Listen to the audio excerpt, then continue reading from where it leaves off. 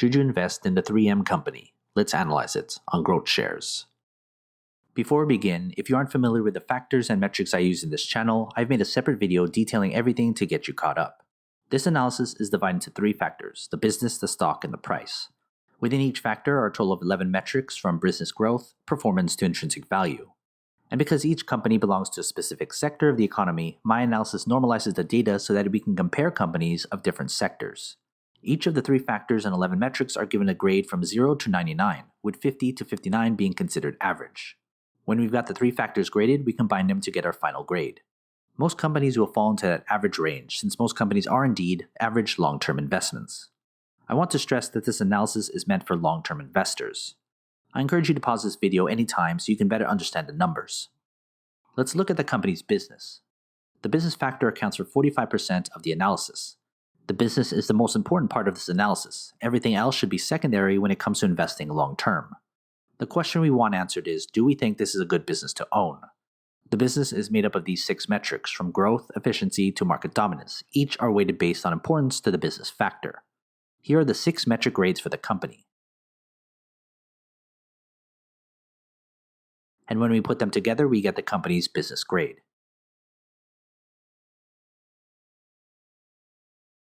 Now you know whether this is a good business to own or not, so let's then look at the stock.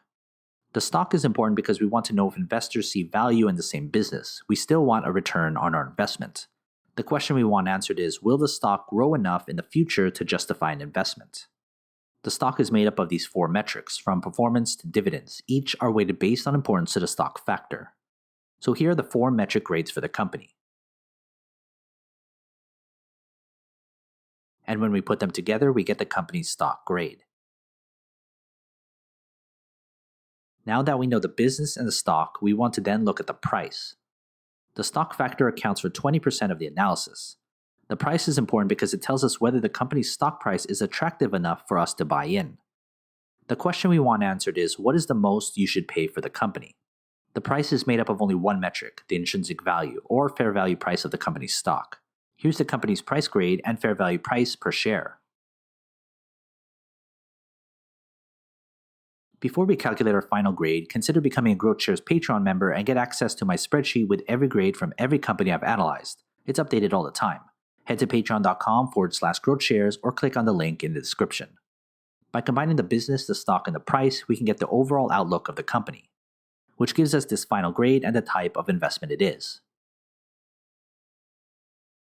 This analysis uses public financial data, research, and a proprietary algorithm to come up with the company's grades. But what are your thoughts? Do you agree? Want to talk business? Email me and follow the instructions on the screen. Invest wisely, and as always, take care of your money.